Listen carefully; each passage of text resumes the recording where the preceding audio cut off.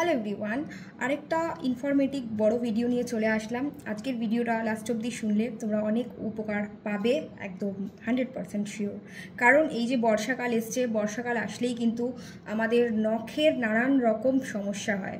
মানে নখ সুন্দর রাখা তো দূরের কথা, নখের কোনায় কোনায় যন্ত্রণা হয় হাতে এবং পায়ের উভয়েরই। তো সেইটার থেকে মুক্তির উপায় আজকের এই ভিডিওটাতে থাকছে, যে কিভাবে আমরা আমাদের নখের যত্ন নেব। আর যারা নখ সুন্দর রাখতে চায়, যেসব মহিলারা, তাদের জন্য এই ভিডিওটা অনেক ইম্পর্টেন্ট। কারণ অনেকেই আছে যে বিউটি পার্লারে গিয়ে নেল এক্সটেনশন করায়, তো সেটার আর প্রয়োজন পড়বে না যদি তোমরা ন্যাচারালভাবে নিজেদের নেলকে হেলদি রাখো। তো সেইটাই আমি তোমাদের সাথে শেয়ার করছি। তো আমাদের প্রত্যেকেরই কিন্তু ঘরোয়া কিছু কাজ করতে হয়, যেমন ঘরের অনেক কিছু রান্না বান্না এবং হাত দিয়ে খাওয়া, বাসন মাজা। তো সেক্ষেত্রে কি হয়, নখ সাদা হোয়াইট নখ কিন্তু ইয়ালো একটা ভাব চলে আসে। এই ইয়ালো ভাবটাকে কাটানোর জন্য নখের ওপরে কিন্তু ব্রাশ দিয়ে এবং ব্রাশের মধ্যে একটু টুথপেস্ট নিয়ে কিন্তু ব্রাশ করতে হবে নখের ওপরে। বেশ এরকম 5-10 মিনিট করার পরে কিছুক্ষণ পরে 5-7 মিনিট রেখে নখটা ধুয়ে নেবে। দেখবে হলুদ হয়ে যাওয়া নখ নিমেষেই একদম ঝকঝকে সাদা হয়ে গেছে। আচ্ছা, এ তো গেল সৌন্দর্যের পার্ট। তারপরে নখের এই হেলদি ভাবটা বজায় রাখার জন্য প্রত্যেক দিন না হলেও অ্যাটলিস্ট সপ্তাহে 2 দিন একদম ফোটানো জলের মধ্যে কিছুটা রসুন মিক্স করে দেবে, থেতো করে মিক্স করে দেবে। তারপরে কিছুক্ষণ ওটাকে ফুটিয়ে নেবে যাতে রসুনের গুণটা জলের মধ্যে চলে আসে। তারপরে সেই জলটা একটু উষ্ণ উষ্ণ গরম অবস্থায় সে নখের এবং পায়ের মানে হাতের এবং পায়ের নখ ডুবিয়ে রাখবে এবং এইভাবে অ্যাটলিস্ট 15 মিনিট রাখবে।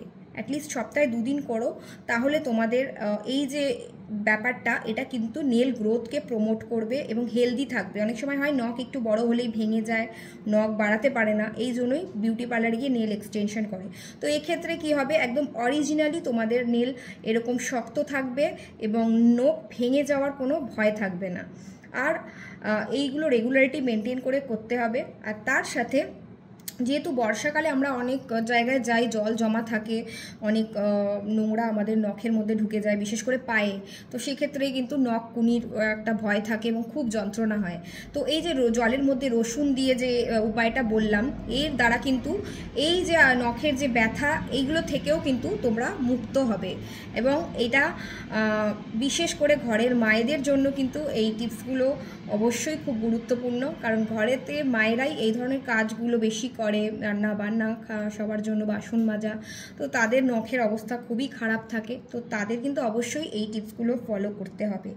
আর সুন্দরভাবে হেলদিভাবে থাকতে গেলে প্রতিদিনই কিন্তু এই ধরনের রুটিনগুলোকে আমাদের ফলো করতে হবে। এগুলো একদিন করলে হয় না, এর জন্য ধৈর্য লাগে এবং ছোট ছোট অনেক কাজ মনে হয় অনেক সিম্পল, বাট সেগুলোকে রেগুলার বেসিসে করা, এটার জন্য অনেক ধৈর্য লাগে। তো সেই জন্য ধৈর্য সহকারে নিজেদের মানে ঘরোয়া উপায়ে আমরা নিজেদের সৌন্দর্যকেও বজায় রাখতে পারি, নিজেদের হেলথকেও খেয়াল রাখতে পারি। তার জন্য আমাদের যে দামি দামি ব্র্যান্ডেড প্রোডাক্টই ইউজ করতে হবে বা বিউটি পার্লারে গিয়ে সময় এবং খরচ করতে হবে, তেমন কিন্তু কোনো ব্যাপার নেই।